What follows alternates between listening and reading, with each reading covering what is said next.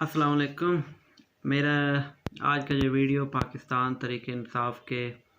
तमाम वर्करों के लिए है और पाकिस्तानी अवाम के लिए है, क्योंकि इम्पोर्टेड हुकूमत के जो कारनामे हैं ना, वो शुरू होना जो वो चाहते थे, जिसमें NRO हो गया या इस किस्म की जो वो आज़ादियाँ चाहते थे, उन पे उन्होंने खुद काम अब शुरू कर दिया है। क्योंकि आजकल वज़ीर-ए-आज़म इम्पोर्टेड हुकूमत का है, तो उसमें मुकम्मल तैयारी हो गई है जी उनकी,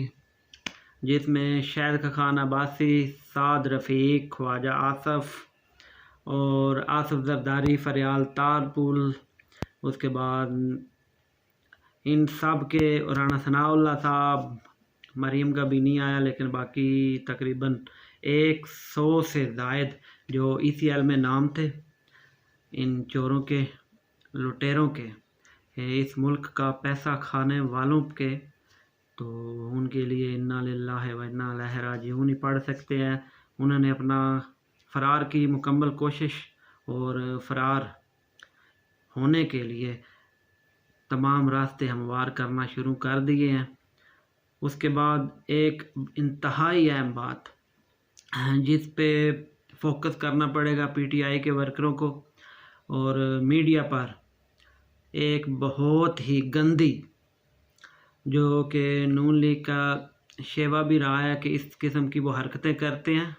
पहले ख़रीदते हैं, ख़रीद ना सके तो फिर उसके ऊपर, उसकी ज़ातियात के ऊपर ड्रामेबाजी, जिस तरह बेनज़ीर की बारी जब आई थी तो नवाज शरीफ ने उसकी गंदी वीडियोस और पिक्चरें वगैरह हेलीकॉप्टर से लोगों उसके हलके में गिराई थी। तो इसी तरह का एक कारनामा ये भी करने वाले हैं, क्योंकि इन्होंने 2 बंदे जो हायर किए हैं, मुंह मांगे उनको दाम दिया। एक इंतहाई अफसोस के साथ कि ओन चौधरी, यानी कि इस बंदे को इज़्ज़त रास नहीं आई, खान साहब का जो राइट हैंड हुआ करता था, इसको हायर किया, मुंह मांगा इसको दिया गया, सिर्फ इसलिए कि जो हमारे साथ बैठेगा, हम उसकी ज़ातियात पर जो बात भी करेंगे तो लोग उसको एक्सेप्ट करेंगे। अब चाहिए खान साहब को भी जल्दी से जल्दी इनके ख़िलाफ़ उठना पड़ेगा, क्योंकि अब ये उन हथकंडों की तरफ जा रहे हैं जिनका बहुत बुरा असर पड़ सकता है।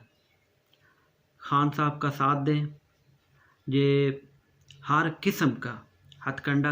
करेंगे। और जो वर्कर साहिबान हैं वो भी खाली वर्कर फेसबुक तक ना रहे, अमली तौर पर भी उनको काम करना पड़ेगा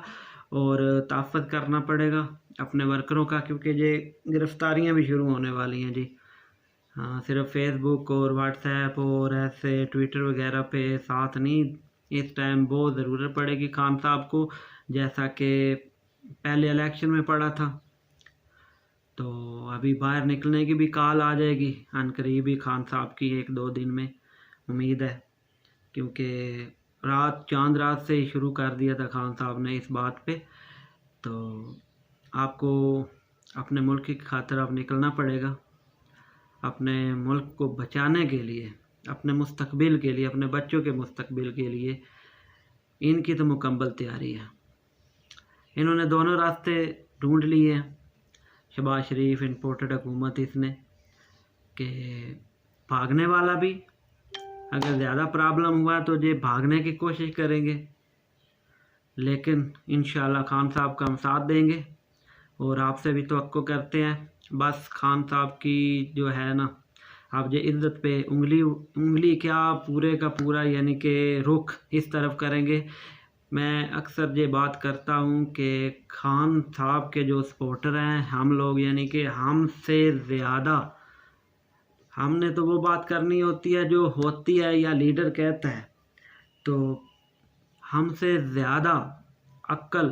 प्रोपेगेंडे में, गलत प्रोपेगेंडे में इन लोगों का है। नून लीग का मैं इनको अवार्ड भी देना चाहूँ तो दे सकता हूँ, क्योंकि इंतहाई घटिया प्रोपेगेंडा करेंगे जे।